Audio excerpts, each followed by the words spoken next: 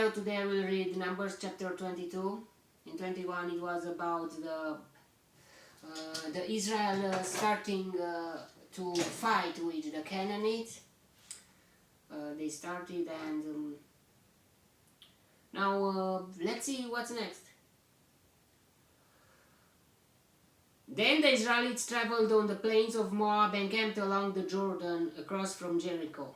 Now Balak, son of Zippor, saw all that Israel had done to the Amorites, and Moab was terrified because there were so many people. Indeed, Moab was filled with dread because of the Israelites. The Moabites said to the elders of Midian, "This horde is going to lick up everything around us, as an ox licks up the grass of the field." Wow. So Balak, son of Zippor, who was king of Moab at that time, sent messengers to summon Balaam, son of Beor, who was at Petor, near the river in his native land. Balak said, "A people has come out of Egypt. They cover the face of the land and have settled next to me. Now come and put a curse on these people, because they are too powerful for me. Perhaps then I will be able to defeat them and drive them out of the country. For I know that those you bless are blessed, and those you curse are cursed." Wow. The elders of Moab and Midian left, taking with them the fee of divination. When they came to Balaam, they told him what Balak had said.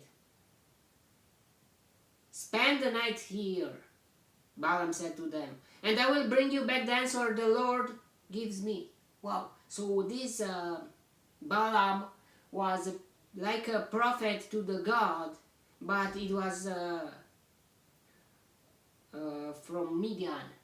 He wasn't even an Israelite. So now we see that not just Israelite people knew about God, and God was not just there, but it was official and on the all the country, all the people of Israel with God and with no one else, and the other peoples were with God and lots of other idols, and they forgot about God.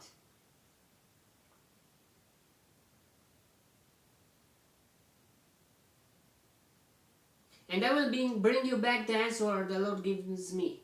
So the Moabite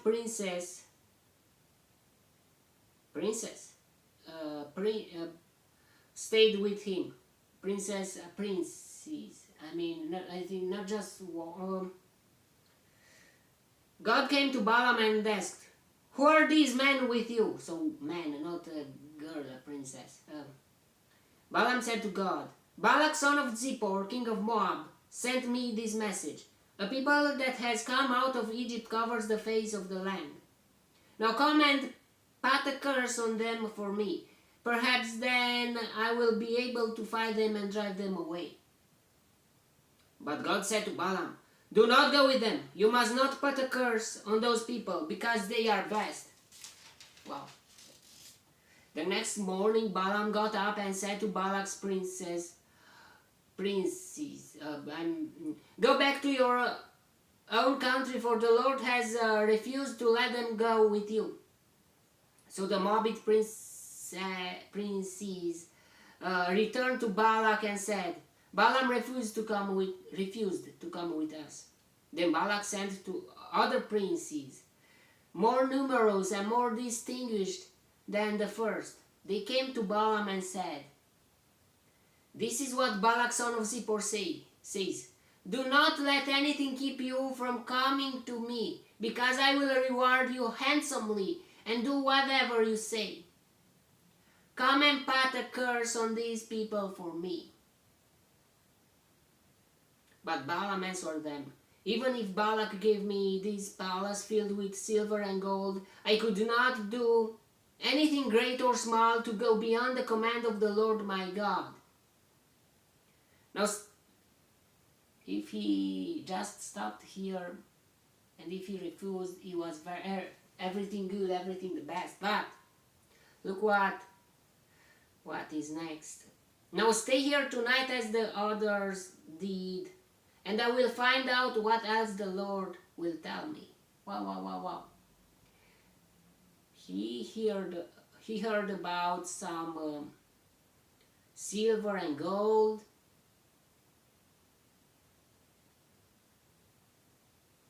some rewards, and his heart is coming to go different.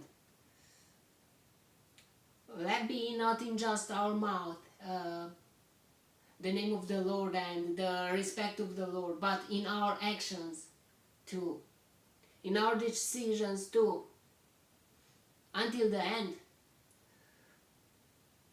That night God came to Balaam and said, "Since these men have come to summon you, go with them, but do only what I tell you."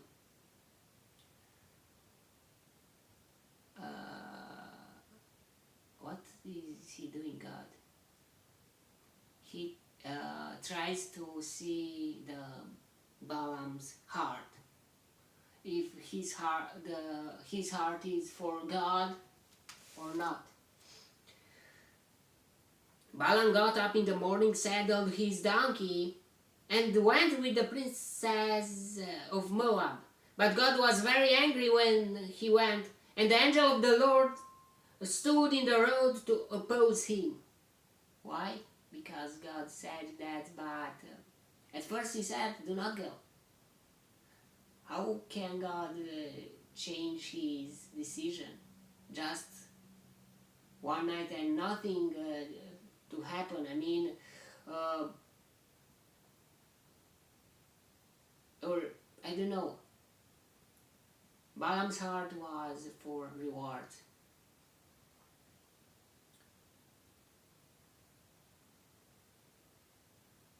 Balaam was riding on his donkey, and his 2 servants were with him.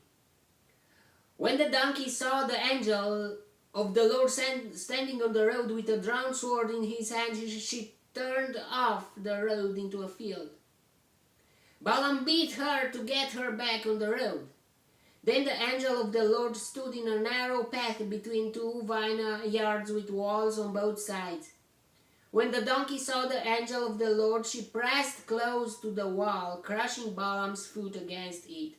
So he beat her again. Then the angel of the Lord moved on ahead and stood in a narrow place where there was no room to turn. Yeah, if there are some obstacles to rethink your decision. What if I'm doing something wrong? Because God said to not go, but after that he said to go, but let's go back. No. He was willing to get his reward, even if that would mean maybe to not listen to God.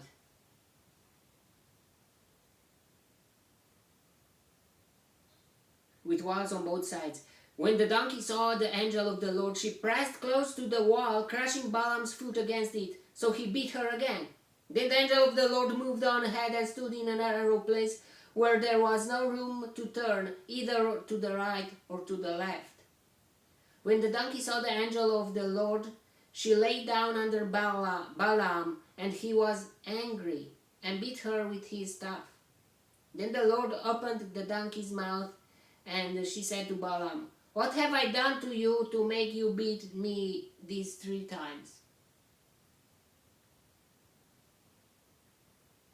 Wow. The donkey opened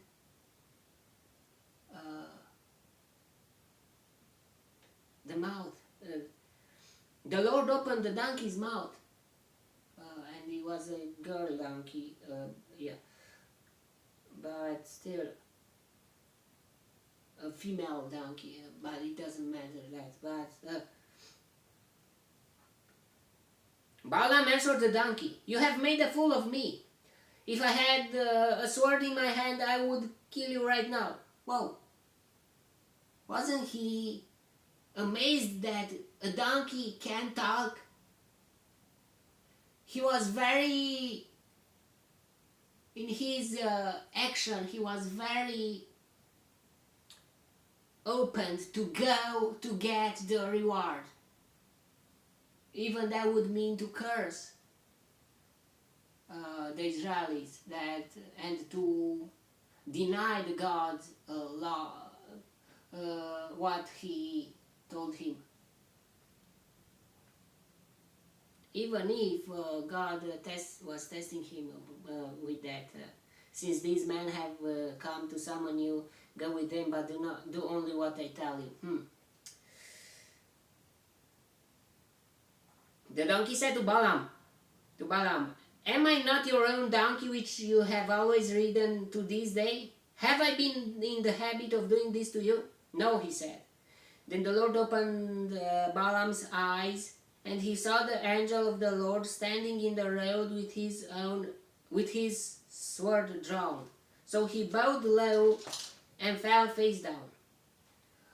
The angel of the Lord asked him, why have you beaten your donkey these 3 times? I have come here to oppose you because your path is a reckless one before me. The donkey saw me and turned away from me these 3 times. If she had not turned away, I would certainly have killed you by now, but I would have spared her. Wow, your pet, your donkey, your dog, your cat,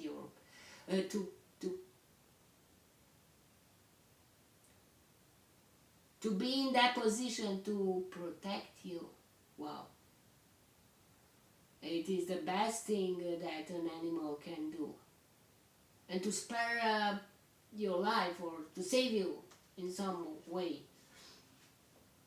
Balaam said to the angel of the Lord, I have sinned. I did not realize you were standing in the road to oppose me.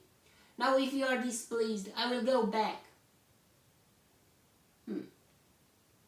The angel of the Lord said to Balaam, go with the man, but speak only what I tell you. So Balaam went with the princess of Balak. When Balak heard that Balaam was coming, he went out to meet him at the Moabite town on the Arnon border, at the edge of his territory. Balak said to Balaam, did I not send you an urgent summons? Why didn't you come to me? Am I really not able to reward you?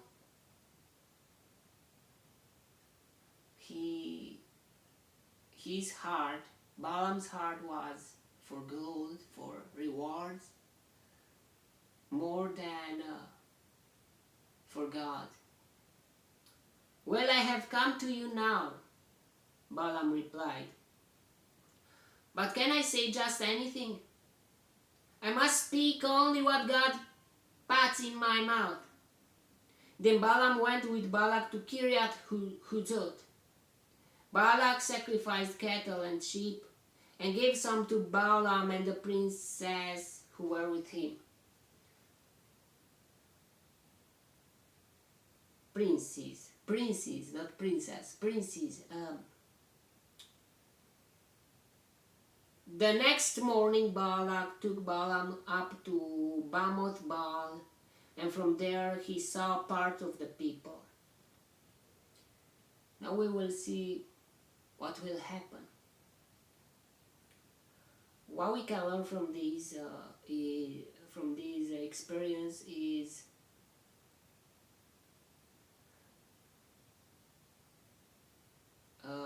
what is in your heart? Is this question. What is in your heart? Is it God or something else? Or rewards from God, or to have a name, to be a public person, to be to have a position, to have I don't know, to have power, even power to make miracles and lots of,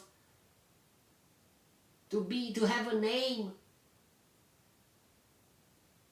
or to listen to the God, or to have God as a friend.